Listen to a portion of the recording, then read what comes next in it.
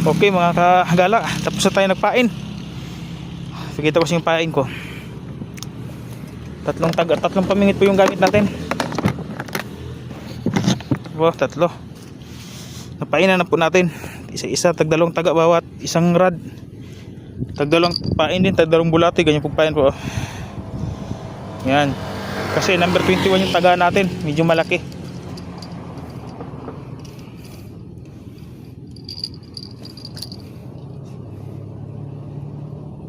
Sinker yung gamit natin, dito gumamit ng floater. Kasi malalim dito eh, sumabit lang. Sobrang lalim dito. Sayang, naputol pa. Ulo pa naman. Balik natin ulit. Putol yung isa. Dalawang bulati to eh. Ganyan po magpain ng bulati oh. Yan. Dalawa yan. Yan po. Hindi natin madala lahat. Dalawa lang muna, balikan natin yung isa. Kasi baka masumabit yung bulati, sayang. Pupapain na naman tayo ulit. Yung spot natin oh. Yan yung spot oh. Ganda oh. Tingnan nyo po, ang ganda. Sana may kakagat. Hito po dito, hito tilapia lang po. Saka duri, kasog madalang na yung duri. Dalasan hito. Hapon natin. Yun. Yan natin ito banda sa gitna kasi mainit eh, nagpapalalim yan. Maya hapon napapagilid yan sila. Tapos tayo na lang natin yan. Yung purpose nito, kaya nilagyan ko ng bill. Pag nandun tayo sa pwesto natin medyo malayo, naririnig natin ito pag kinakagat, tumutunog. Kaya lapitan na po natin. Pag natagal po tayo dyan, tagal tayo makarating, may tendency po na makawala kasi niluluwa po nila yung bulati at saka yung taga. Kaya dapat madaliin nyo po pagkuha pag kayo gumagamit ng bill para maabutan nyo siya na nasa bunganga pa, tapos pitikin nyo. Kasi kung hindi nyo pitikin yan, hindi sasabit yung taga, sayang lang. Balikan natin yung isa guys. Tumas nga yung tubig, buti naman umakyat yung hito. Yan service natin oh. Si Rambo. Ito yung huli, tatlong rad yung gamit natin.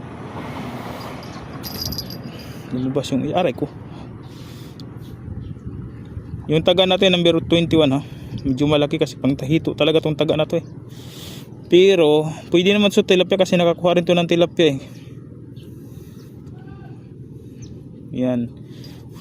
Pag sure na kinagat yan, malabo siyang makawala dyan. Yan.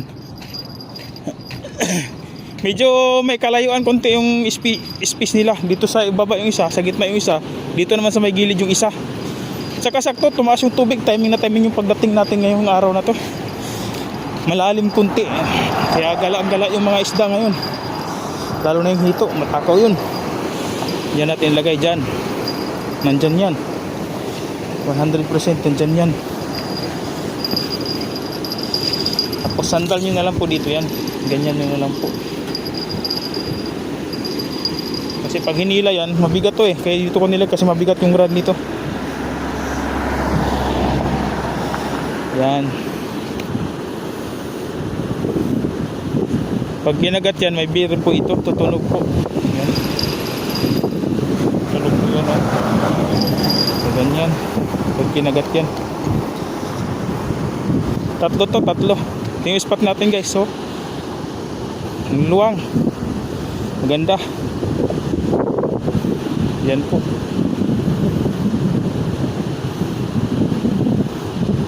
Update ko po kayo pag kinagat ko yan.